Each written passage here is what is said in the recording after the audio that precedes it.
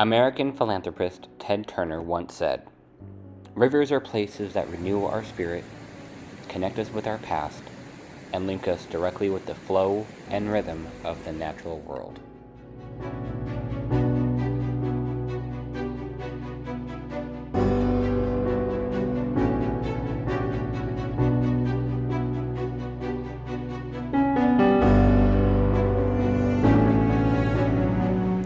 There's just something about sleeping next to a river that helps the mind and body truly rest and recharge.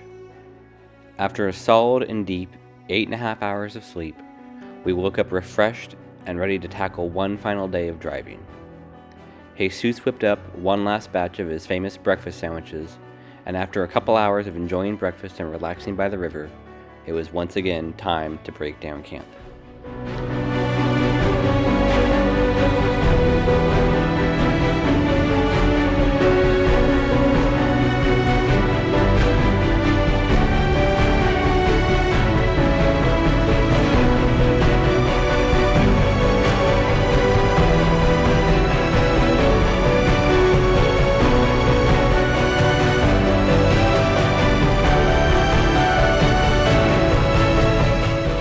Below freezing overnight temps had refroze the ice and snow on the trails, and after some trail recon, we decided the best and safest course of action to tackle the steep and winding incline was to air down our rigs.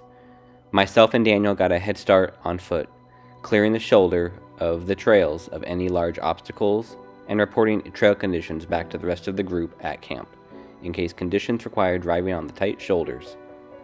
Once aired down, we were off shortly after 1 p.m.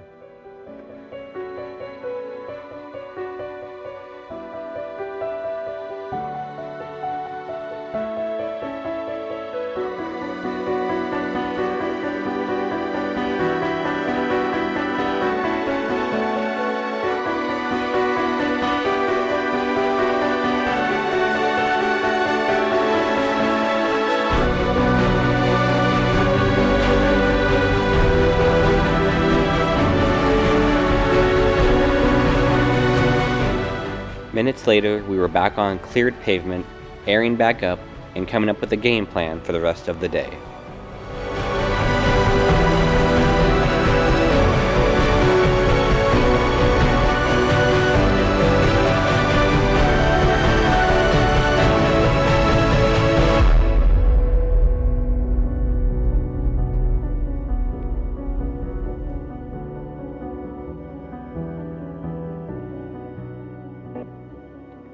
We made one final fuel and lunch stop in Berlin, and were off to a lookout in Hoodsport that Abby and Jesus knew about.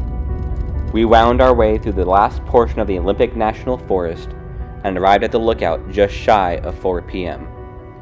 We tried our very best to make it to the very top of the lookout, but the snow needed to melt just a little bit more in order for that to happen. But the view we did get most definitely did not disappoint.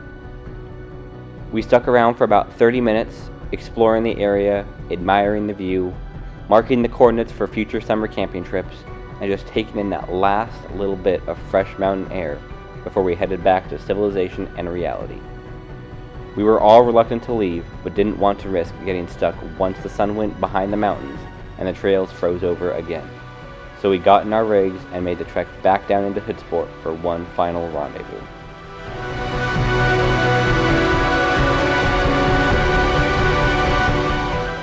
All in all, we couldn't have thought of a better way to kick off our 2023 overlanding season.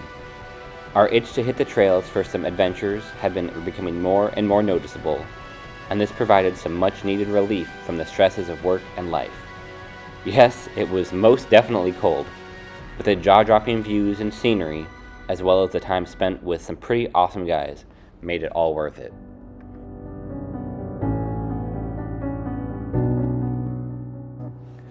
We get asked all the time why we choose to overland and camp in below freezing temperatures several nights in a row, away from our warm beds, our families, and modern-day luxuries.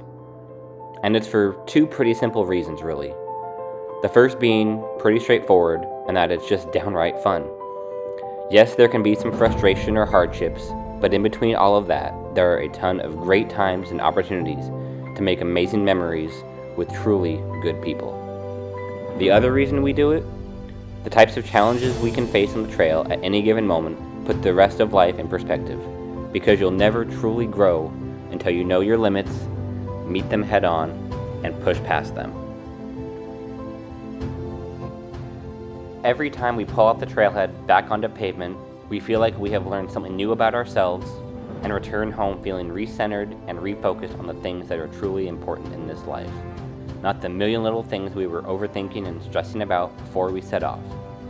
Now, we're not saying that you have to be overlanders, camping out of your vehicles in freezing temperatures to experience this, but rather that we should all find something that challenges and pushes us to our limits, pushing through whatever it may be in order to become better, healthier, and happier versions of ourselves. Thank you for coming along on this journey with us as we traveled around and explored Washington's Olympic Peninsula. We hope you enjoyed this 3-episode series as much as we did while experiencing it all firsthand and then again during the editing process.